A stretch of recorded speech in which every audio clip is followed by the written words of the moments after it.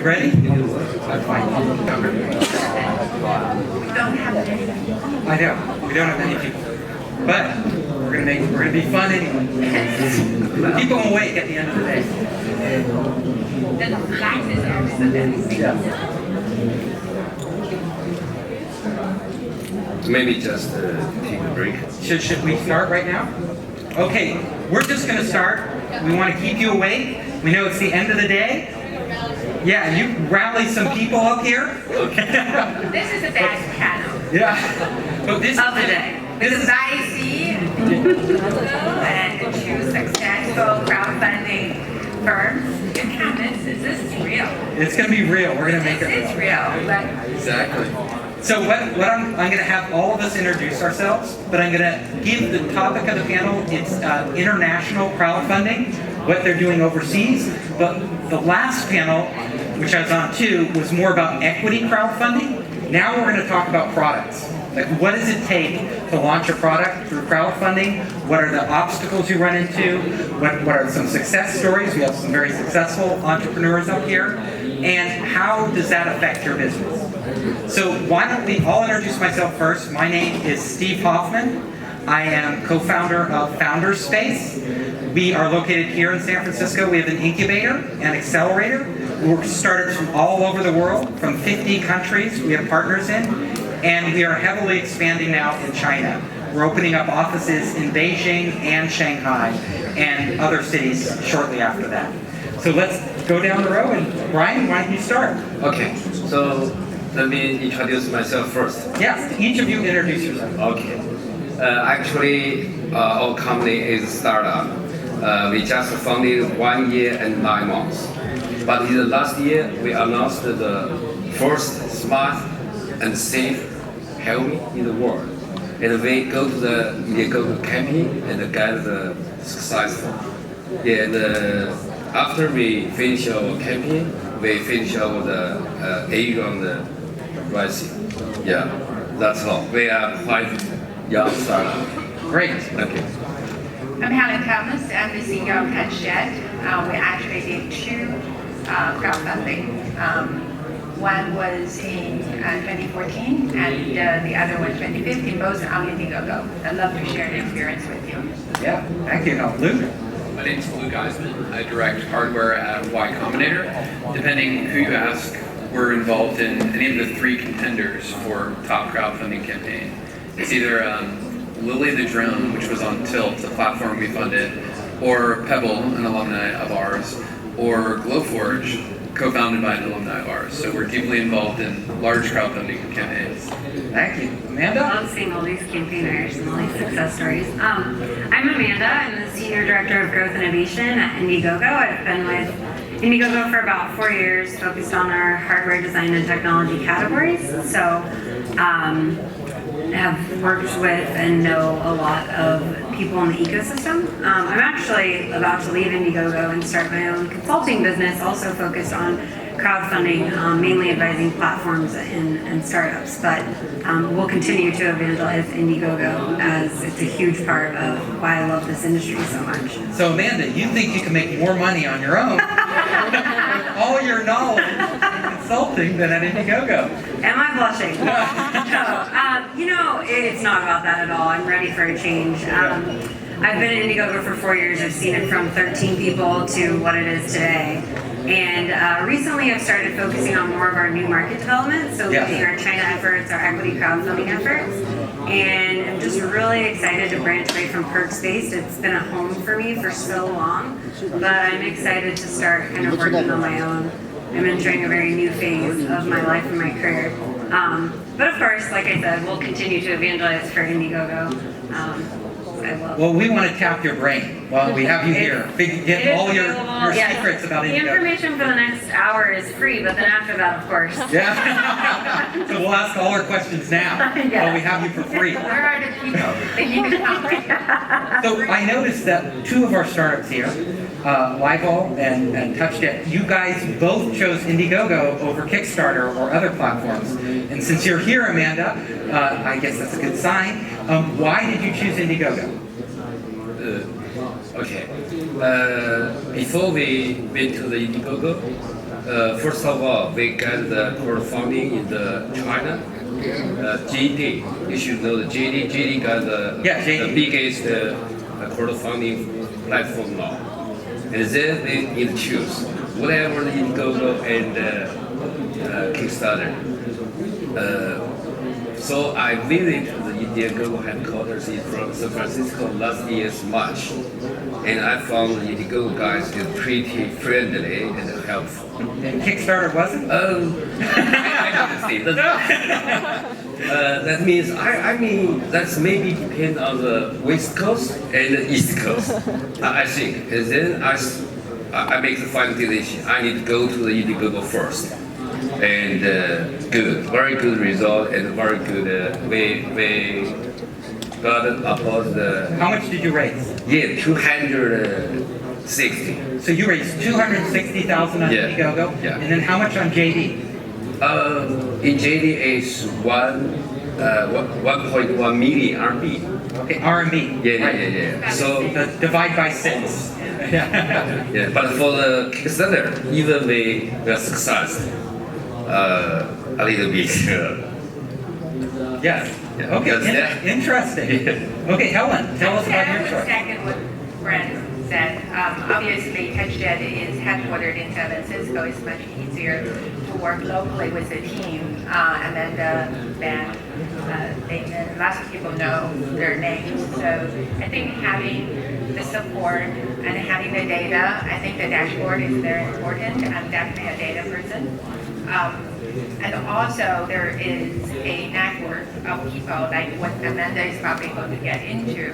You really can't just assume that you can go on crowdfunding and be successful. You need some professionals to hold your hand. Even I've been in marketing throughout my life, crowdfunding. Yeah. So, and having that network to help you from PR to design to video, all of that, I think Kickstarter would definitely consider it. And I think they have a tremendous resources as well. I think it's really what the right fit and who you're working with. Okay, great. Luke, you probably look at a lot of crowdfunding sites since you do hardware at Y Combinator, and hardware is the sweet spot for crowdfunding. Now tell us, what do you use? Which have you used, and what's been your experience? I mean, we've seen companies use all 3 platforms. I think to echo what everyone's saying, it's really about what platform makes you as an entrepreneur company, like in your company, comfortable, like who you think you can work with to really get insights. Every company that launches at Y Combinator, first of all, if they haven't crowdfunded before getting to YC and they're consumer facing, they almost always do by the end of YC. We apply a lot of pressure there, and they'll all talk to all the platforms, regardless of how sure they are on who they'll use. They'll get insights because we work so closely on such large campaigns that, you know, if you're going to launch an Indiegogo, talk to Kickstarter and Tilt, because they've run similar products in adjacent categories and they'll have insights about what works. Yeah, great.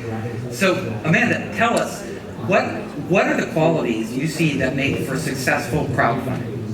That's a great question. So, I mean, well, first, this panel represents the sweet spot in technology for Indiegogo, which is hardware. But beyond that, there's so many things that actually people can look to get out of their crowdfunding campaign. So one of the first questions that Ben probably asked each of you is, are you looking to drive sales or are you looking to drive market awareness? And the answer to those questions is very different, because if you're looking to drive sales, you want to focus on the number of conversions, and the dollars raised is a big deal, but if you have a price point of $50 versus $200, that's a very different size campaign. And then, you know, there's a series of other things. Do you want to test features about your product, or are you already in manufacturing, so you're just trying to like sell it? So I would say the best case scenario for any crowdfunding campaign is to know what hypotheses you're trying to test about your product going into the campaign, to be honest with yourself about what you can expect to get out of your campaign, and then try to maximize for those 2 spectrums, I guess. Okay, great advice. Now let's hear from hands-on.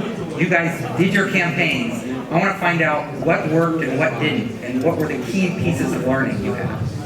So Helen, you want to start? I will go first because we did it twice. You did it twice, right? And you raised a lot of money both times. Let's talk about that.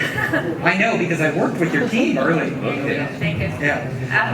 So we had the first product, which is a touchscreen projector, and it raised to today about 912,000.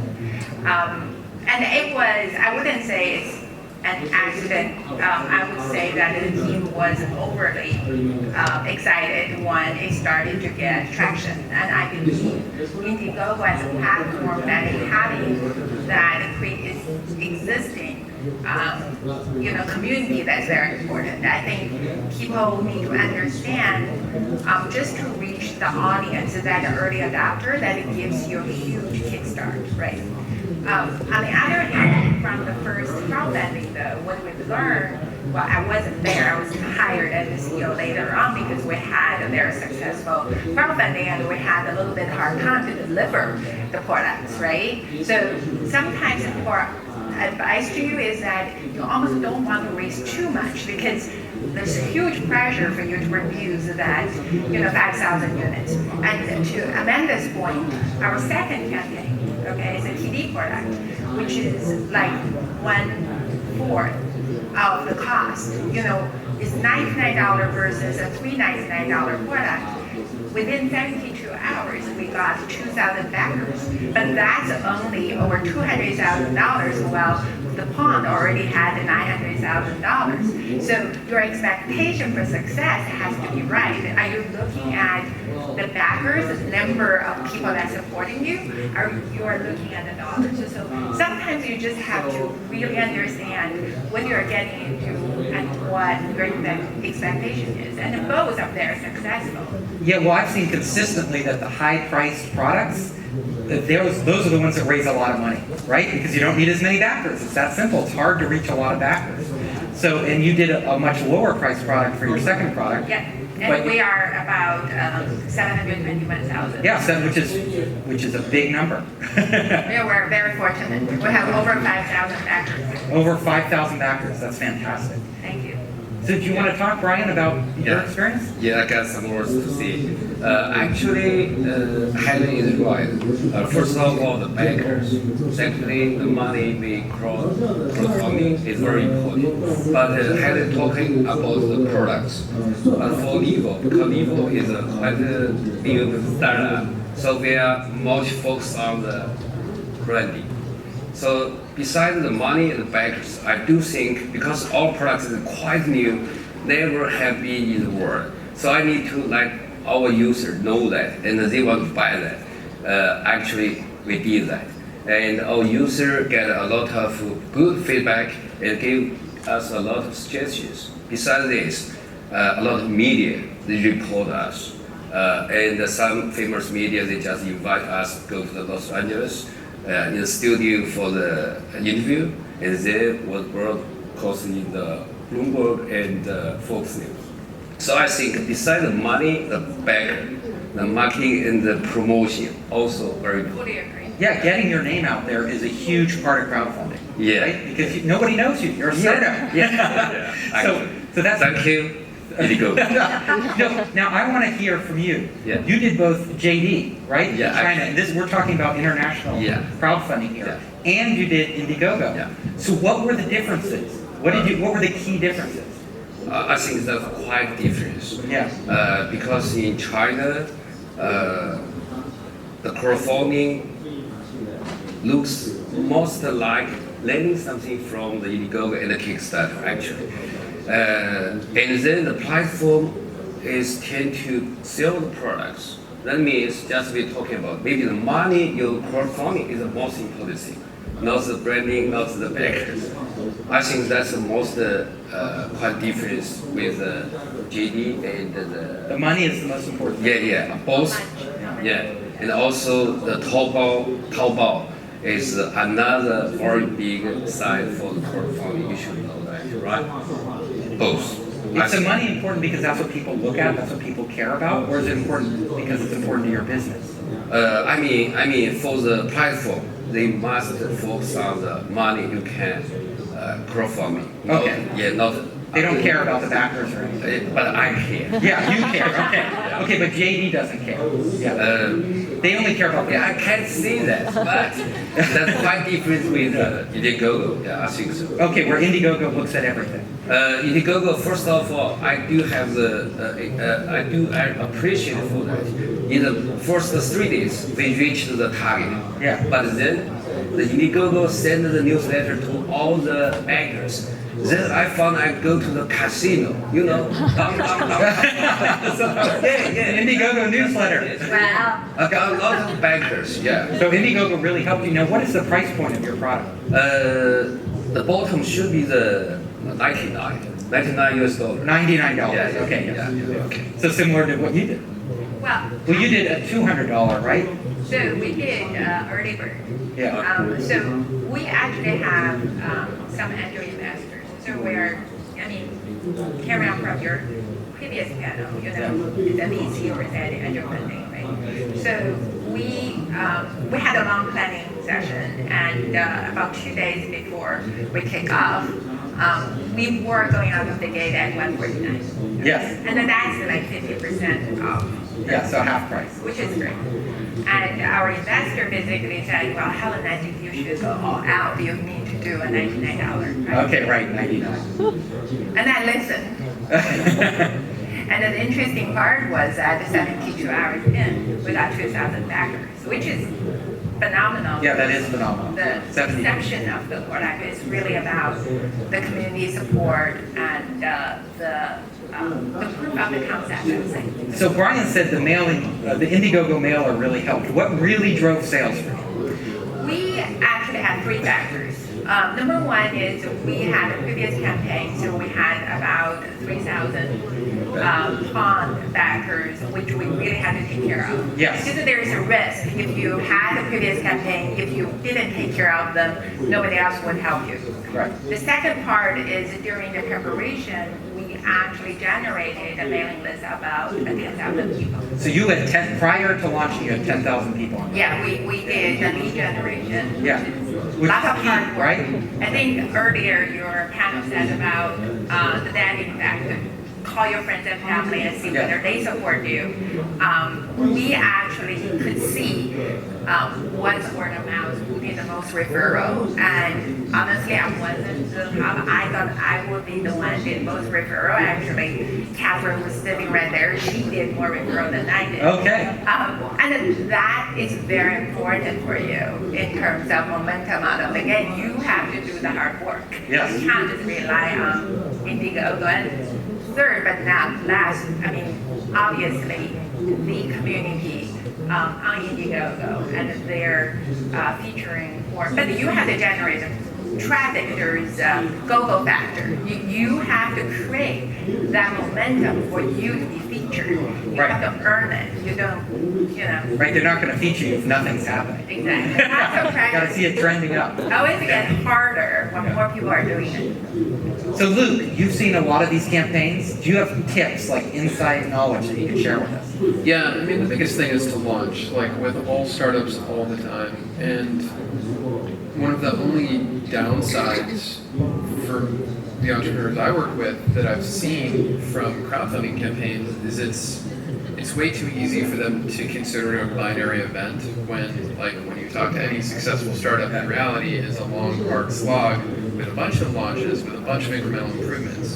So it's way too easy for startups to get obsessed with setting a record in a category and wait longer than they should to launch a campaign. So we're pushing them hard to launch smaller things earlier, whether So that's... they're afraid it won't be a big success, and that will reflect on the success of their startup, right? And You're saying don't worry about that. It's just like putting out a minimum viable product versus waiting till it's perfected. Exactly. So what we're getting them to do is make 5 and let their friends play with them. Then based on that feedback, make 25, then make 100, and around when you've made 100, and your friends are trying to buy them off of you.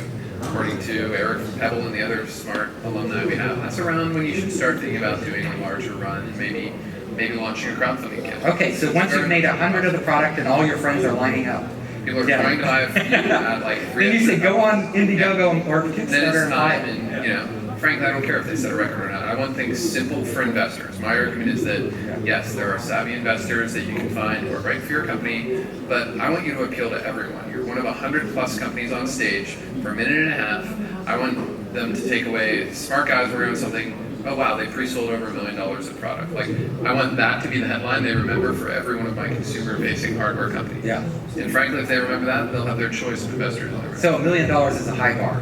I mean, depends. Like, Yeah. you have companies that are blowing that out of the water. Oh yeah, I know, but it's for most companies, it's a high bar. For most YC companies, it's reasonable. Yeah. Very lucky with the company Yeah. we What's track. the name of the shower? Yeah, so we had a company making a $400 shower head last batch, and they did $3.5 million in pre-orders, where you get your shower head a year after you order it. $400 shower head, by the way. So it must be really smart for me to spend $400. There is no technology inside it. Oh, none! You did Google, right? Is it drought and the Tim Cook factor?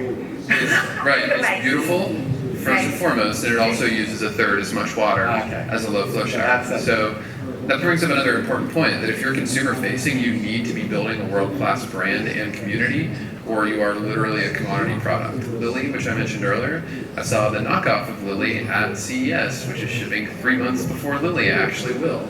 So I hope they've got some great software and a great community that they're building, because like it's the exact same industrial design. Right, and that's the problem with waiting. Right? Exactly. Word gets out, you get Right. a TechCrunch article, and then everybody knows. Launch. Then people are manufacturing it in Shenzhen, and it'll get on the market. So, I'm from Shenzhen. okay, there you go. Exactly. So let's talk now. So with these crowdfunding sites, and Amanda, I want you to comment on this, and you guys. So I hear consistently it's a lot of work. You can't just put up your product and hope it will happen. Once in a while it does, just pop. But more often than not, you have to lay the groundwork. I've also talked to startups, and I want to get your take on this, as well as your guys. So a lot of startups now, I mean, crowdfunding is a platform, it's also a system, and they will try to game the system. So there are entrepreneurs out there who will take investor money and actually buy a bunch of their own products to push their numbers up, right? So that because honestly, they want to raise more money, and they don't want their company, they don't want to look like a failure, right? On Indiegogo or Kickstarter or any of these other sites, looking like a failure is a kiss of death for them. Absolutely. So how do you feel about that? Of course, you're going to say you don't like it. Now, do you do anything to stop it? Good question. So first, I want to say that there's actually a word for that in China, right? What is the word for that? Where you pad your own campaign. It starts with an It's Chinese. I forget what it is. You mean for the Indiegogo? No, there's an industry word for how you Make it look pad. like they're doing better than you are. Yeah, actually, we will send some, just like the family, friends, we must. And if we go to the very key number, very slowly, maybe. But very, very few, very less. Okay. Well, so I mean, in essence, we don't encourage it, but there are two ways to think. Like, there is a good or potentially good way that you could do that, which is to say, if you're planning on going into retail distribution, you could always get some of like the bigger distributors to buy from your campaign, and that's Yeah. actually the only thing that we support. Yes. So other than that, you're really just setting yourself up for failure, because if your goal for doing that is that you don't want to look bad to the public, it's public how many units you sold and or how many backers you have, and that doesn't add backers. So if you want to sit there all day and add $5 contributions to your campaign Right. to get to $1 million, I mean, be Indiegogo's guest, but like at the end of the day, that's actually not helping you learn anything about your product, and it might get you one good TechCrunch article or one good something else, but that's not going to have a lasting impact on your business. The other thing to take into account is people think that having a big campaign will get them good follow-on investment. Yes. The reality is you shouldn't be taking money, at least in my opinion, this isn't an official Indiegogo opinion, you shouldn't be taking money from investors that can be that easily duped, right? To say we raised $2 million to lie to your investors, and then in turn for the investors to not ask you at least one or two hard questions that easily help them to recognize Right, that right. 1.9 of that million was from you. It's just, right, that's just not, we're not talking about like sound businesses, in my opinion. So we definitely discourage that. What we do encourage though is for people to take that money instead. Let's say they have $100,000 to spend on their campaign. Right. we encourage them to find a good PR partner or a good digital marketing person. The way that we do that is we look at the core team that is running a campaign and we say, okay, it's a team of 20 or it's a team of 100. Those two sizes are going to have very different capabilities and will likely need to hire very different resources, right? So we might recommend that a team of 100 uses their own in-house marketing and doesn't bother with a digital marketer, but works with a crowdfunding agency or a PR agency. I guess the long and short is there are different ways to allocate dollars to achieve the same goal and to get much better results and impact from your campaign. Yes. And so from a platform standpoint, we do not have, on Kickstarter, you can take away your contribution at any time during your campaign until the campaign is funded. On Indiegogo, requesting a refund is much more difficult, and you could never pad your own campaign and then just slowly take out money. Right. It is what some people do on Kickstarter. Yep. So on Indiegogo, it's much harder to get away with that, but any campaigner that we're working with, I mean, we strongly discourage that because it's not helping the entrepreneur. Yeah, great advice. Now, what do you think about entrepreneurs that actually take that 100K or whatever they have and do a marketing campaign where they drive traffic to their... Love that. You love that. Okay. Digital marketing is the #1 tool that is underutilized right now. And I think you, Helen, you guys have done an incredible job there. Both before the campaign, you should have a pre-launch page where you're collecting email addresses just like you guys did. And then you have your audience to reach out to on day one. And then you use that traffic that comes to your site to do retargeting, to do paid advertising. That's really the way, like, running crowdfunding campaign is just putting your go-to-market in a little incubator, and all the pieces that are normally in a go-to-market are there. It's just there in a 30 to 60 day time frame, and you're able to really quickly catalyze and capitalize on that momentum. Another thing I've heard that really works for all of you out there thinking of doing crowdfunding is that, like, if you get press on it, let's say TechCrunch writes a thing on you, don't just actually market the TechCrunch article, because if you drive traffic to that, they read that, then they're even more likely to buy your product. Plus, it trends on TechCrunch and they feature it for longer. That's a great piece of advice. I mean, you can come through. We can be consultants. Yeah, we can work together. No, I just listen to smart people. Perfect. That is definitely a tip, because good PR and good coverage of your campaign is not. It depends. Like, TechCrunch is a targeted, but a lot of people say, I want to be on the front of the Wall Street Journal. It's like, well, the average Wall Street Journal reader might not want your, drone. Right. So actually, that's going to increase the level of trust, though, when the person who does want a drone comes to your campaign and they see the Wall Street Journal wrote about you. Absolutely, level of credibility. Way up. Right. So you want to think smartly about how you're. Where the buyers are. Yeah, absolutely. Go where the buyers are. Absolutely. Great. So let's talk a little now about international, right? The name of the panel. So you're expanding internationally.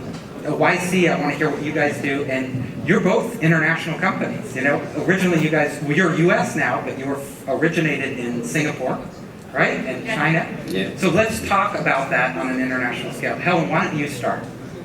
I think it goes both ways. So are you going to do an international? Brian did He JD. already did. Are you going to do it? In China? I'm kind of having second thought after you guys talking about. Oh, you weren't going to do it. Expectations. So why weren't you? Well, lots of people ask me whether I've done the JD. Yeah. How about? Yeah. And I mean, I'm a person of lots of analysis, and I really need to know what I'm getting into before I do anything. You're not just going to dive in. I would dive into my C right now because they always help people to be successful. I think that I have been doing international business all my life, 20 years. I always represented American companies to go the other way. So right now, like this venue is really about the Chinese company coming here and the American companies go to China. And I know that Indiegogo is expanding very successfully. And I know that Luke was in Shanghai on panels. I mean, he's a superstar in China, just so you know. Okay. So I think definitely we would look into some kind of crowdfunding or marketing in China, but my sense of that is that we need to be very close to the delivery. It's not an early stage crowdfunding. So you're afraid of that- people copying you? Is that copying your ideas in China? I think the intellectual property protection is far better today than previously. I'll tell you a quick story that came from our lead pad is super successful, and the founder or the app reaching out to international audience, we already did on that platform. So China would be a next logical step for you. Would you go to Europe? Any of the sites? We have lots of European supporters in terms of backers. Actually, there's a person who won a 55-inch TV who's in UK, right? So I think we're already now as a touch that in it's amazing because of crowdfunding. Our brand is far more outreaching than we are. Right, it's as instantly a international. five-man team. Yeah. So, yeah. Great. So Brian, what about you? Yeah, actually, just like Steve you said, my company located in Shenzhen. Right. Nowadays, Shenzhen is the world's smart device center. Even YC, they send a lot of startups go to Shenzhen. And I do think Shenzhen is an innovative and creative city. And first of all, my product is new. Secondly, actually, the USA is my largest market in the world, not China. Okay, not China. Yeah, Okay. but as a local company, so even when I founded the company, I regard our company or branding as an international company and an international branding. Nowadays, we founded the US company in San Francisco, and we founded the New Zealand and Australia company in Auckland, and we founded our branch in Germany. Nowadays, only from last year. Yeah. Okay. Yeah, but because we are new, so we go to the China market first. So we go to the JD. And Then how long between China and the US did you launch? How long between JD I think and it should Go? be 4 or 5 months. 4 or 5 months. Yeah. Why? Because we collect some backers, then some of the backers, their family or their friend Yes. become our backers in Indiegogo. That's just like you did, but not in the same platform. Yeah. Yes. Because I don't have any backers anymore when I go to the Indiegogo. Yeah. So I think the JD is quite different with the Indiegogo is actually JD learning something from the OCS platform. They try to improve. And JD is the largest crowdfunding platform, about 70% of the crowdfunding in China. Yes. And then Taobao found, no, I need to go. So Taobao in, Yeah. they are big competitor. Okay, they're the big company. Yeah. And but JD just offer you a website, and then you should do all things by yourselves. You should negotiate with your dealers, with your So they don't really help you at all. anymore. Because they have 70% of the market, so they, Yeah. you do it all. Yeah. You need to do it by yourselves. Yeah, that's quite different. Quite different. So Luke, international. Are you helping YC companies do international crowdfunding? Yeah, we want on the intake side a lot more international. We've had several great companies. Strikingly is probably the most famous doing software that started in China. We have not had a hardware company do YC that was founded in China. I think that is a huge miss on our part. I want to see many companies doing that. We've had several from India. For me, if you look at China and India, you're almost half of the world's population, and it's a rounding error to say that it's all of the world's manufacturing talent and skill base is there. Yeah. So it's a huge miss for us not to be funding more hardware from China. Yeah, but are you taking some of your US companies and doing crowdfunding campaigns in overseas? I don't think anyone has yet. They're approaching it cautiously, not from any worry about being copied, but from a matter of focus. Like our first one, I think Blue Smart, our smart luggage that we did on Indiegogo, maybe the first who starts selling in China, but it's really a matter of focus. Like even with Pebble having sold like over 1 million Right. units now, it's if you're properly addressing a new market, you have to make It sure. requires a lot of work and attention, and Yeah. take your eye off the ball, you lose the U.S. market. Right. So they're close, Yeah. and I think they will, especially as they get more mature. But certainly not like for launch or, unless it's, eventually we'll see this. We'll see products that make no sense in the US and are just laser targeted at giant populations. Yeah. And we'll in see, China. and I think we're going to just see more crowdfunding sites going international, like Indiegogo, right? So you put it up in one place, it's like the App Store, and it's global if you check a box. Yeah, we definitely get that. We have sales. Almost all of our companies that launch campaigns have sales just All over the world. everywhere in the world. Yeah. So let's talk about this international expansion for Indiegogo and what it means. Sure. For Indiegogo, so first for our campaigners, I think there's two different ways that we think about our campaigners utilizing Indiegogo. The first is market entry, and the second is to test a market. Well, I guess I got those backwards. The first is to test a market. So what I mean by that is a lot of people launch on Indiegogo, they're US based, and they get a surprising amount of, let's say 24% of their traffic or their contributions come from Germany.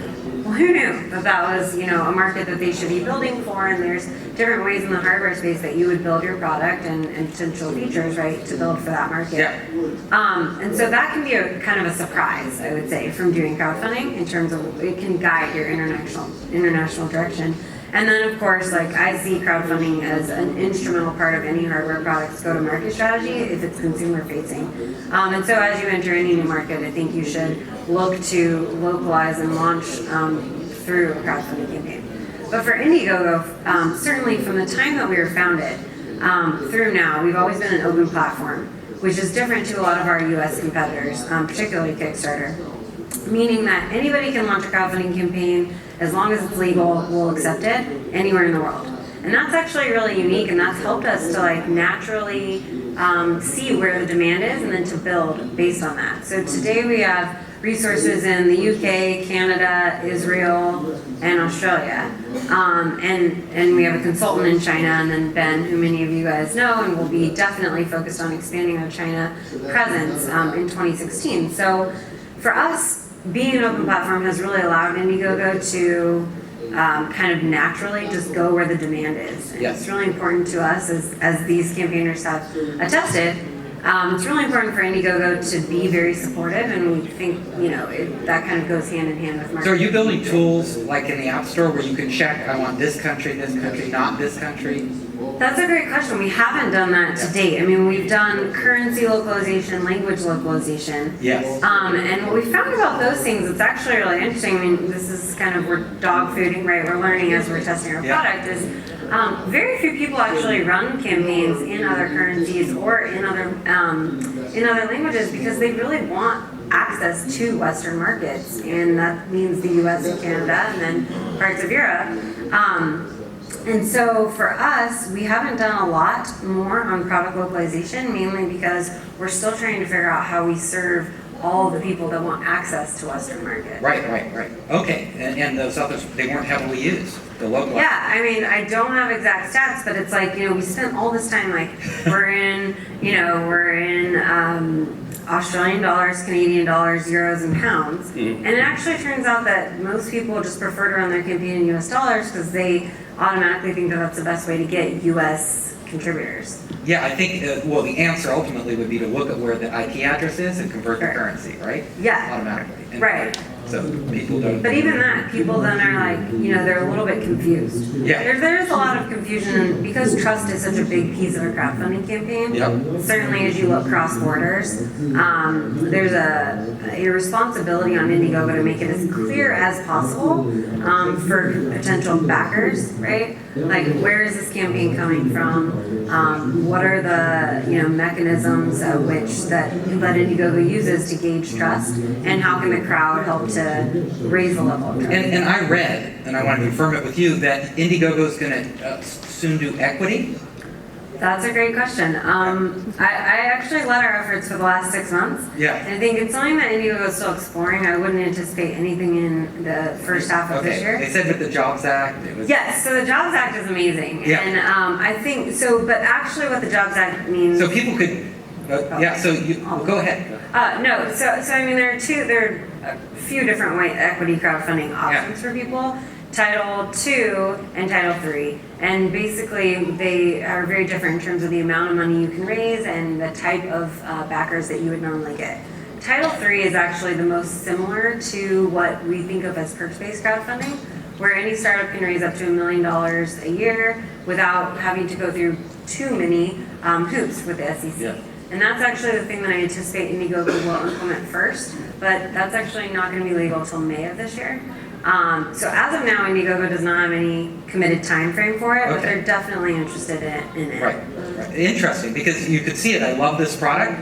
I can buy the product. Oh, and I can buy some equity. Absolutely. And, An upsell. Yes, and over the last 6 months, as I've talked to hundreds of campaigners to further explore what this would look like for Indiegogo, that's the number one thing people ask is, are we going to be able to combine a perks and an equity-based campaign? Yes. Yes. And that's definitely possible.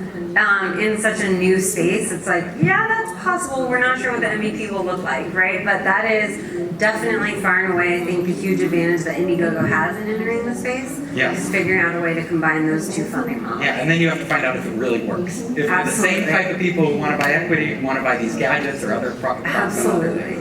So that's going to be, so on that topic, what do you guys think, and any of you can chime in, on the future of crowdfunding, like in the US and worldwide? Where do you think it's going?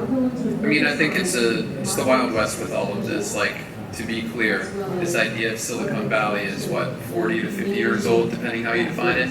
It was hardware originally, only like actual silicon. Then all of a sudden, software for 20 to 30 years. Now hardware is somewhat cool again. Like, there aren't any rules to this, especially with crowdfunding, especially introducing equity. I think it's just a massively empowering time for entrepreneurs, especially in emerging markets. Like, some of these cap tables I see from Eastern Europe, let alone more developing countries, they've given up like half their company for like 20 grand. Yeah. We're not going to see that kind of stuff fly anymore. We're not going to see entrepreneurs get taken advantage of as much. They can find 100 people that want their product, pre-sell it to them, and get a couple of them to throw a couple $1,000s their way for ramen for a few months in exchange for a bit of equity. It just feels like a great time for entrepreneurs worldwide.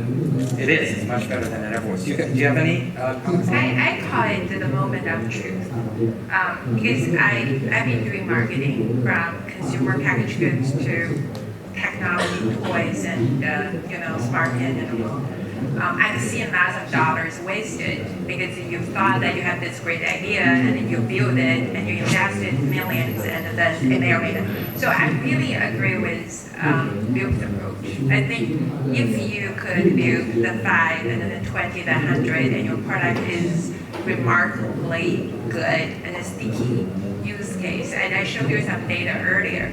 We had early users and we did a survey, and once again, it's all about data. Overwhelmingly, when 80% of the people say, I would recommend this product, then you know that you're on something. And even it is a little bit hard for you to raise either VC funding and I think that, having a crowdfunding to reach out to our video phenomenally. I mean, we had like 700,000 views. Yeah, I love your video. I mean, having a great video is like the number one thing, right? That's how you capture people's imagination. Absolutely. That's how you make the product real before it's real. I think crowdfunding has a lot in there that's the moment of truth that I think people need to face it sooner or later, and I think any entrepreneur would have the opportunity to get on that platform and then get that moment of truth and move from there. I think it's a great thing in the world. I think lots of people should do crowdfunding. My personal opinion. Yeah. And I like Luke's comment, really get it out there early, because I see too many people with, they're afraid that their product isn't going to go, and they keep delaying the launch, only inevitably to find out it doesn't work. It's better to know several months earlier so you can change what you're doing. And for startup, I do think crowdfunding is the best way to reach end users. Yes, and also engage them, get right? a lot of suggestion and feedback from end users. So did you do surveys? Get a lot of feedback out of these crowdfunding? Yeah, actually, that's something what I do now. Because nowadays some products maybe get approved, so you need to get service Right. and feedback with your bankers. That's How did it change your product? What was the one thing you learned from? you may change the product. Yeah, from from crowdfunding, what feedback did you get that was really valuable? I think as any user, you will tell you what I need indeed. So you need to maybe improve your app, you improve your products, and for the smart device, I do think if you check your record, I do think the smart device is the most popular and the most money funding in the crowdfunding. Is that true on Indiegogo? I do think. I do know. You think? Yeah. Amanda can tell us. Is our smart devices the most popular category? That's a great question. We just think about hardware design and technology, so I'm not sure if... Our hardware and our gadgets? Oh, yeah. Number one. Easily gadgets are, I think they're over 60%. Over 60%, Yeah, okay. and that's on an open platform that includes generosity.com, which is our donation space. Yeah. You know, I'll add a story to us, that's okay. So the Misfit Shine actually launched on Indiegogo in 2013, I believe. I don't know if any of you guys use that. It's a fitness tracker. Yeah, I know. They launched with one product, which was one silver medallion that Sunny Vu, their CEO, said, we want people to just be able to put it wherever, and it should be something hidden. Nobody wants to wear a Fitbit. That was his idea, right? Like thinking, why would you want to wear a bracelet? You have to wear it every day. Well, within 2 days of his campaign, he got people asking, does this come in a necklace? Does it come in a bracelet? Can I clip it here? Et cetera, et cetera. And can you make it in black? It was only in silver. So he went back to his manufacturers, he negotiated, and actually the black was cheaper to make than the silver, and it was very cheap to add accessories.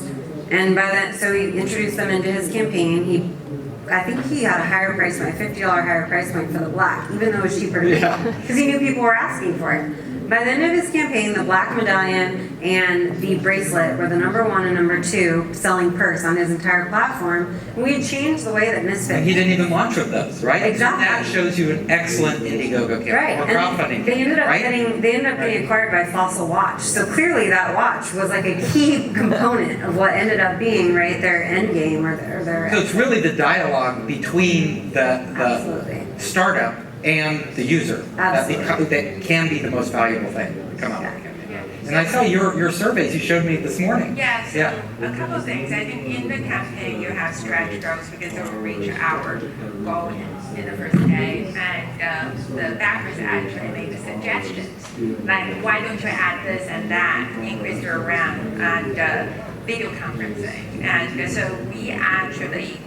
During the campaign in real time, we are updating the features and adding stretch goals. Ah, okay, the right. real journey in a very short period of time. and I think that's great. Yeah. You know, sometimes it takes a company years to figure out what's the right thing to do. Yeah, and I think that's how you motivate your backers, is by actually listening to them and changing your campaign as it goes.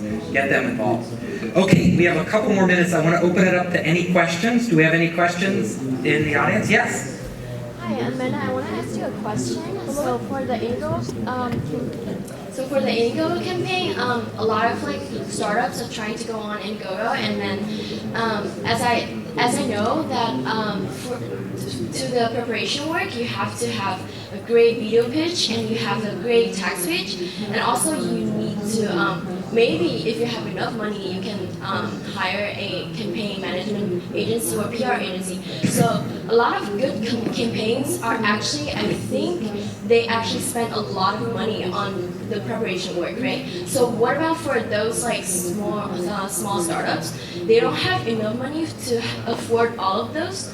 So yeah, so how does those turn out? Sure. So an important thing is to separate money that you need to invest before and then money that you'll need to reinvest in your campaign. So I'd say if you have very minimal budget, that's fine. And you can absolutely, there are a million success stories. Flowhive being an amazing campaign from 2015 where it was two guys, they didn't know how well it would do. It's raised over 14 million on Indiegogo. They invested very little up front. That's not always the case. But what I would say is video is very important. And as a startup, when you're going to market anyway, you'll want a compelling video that really tells your product.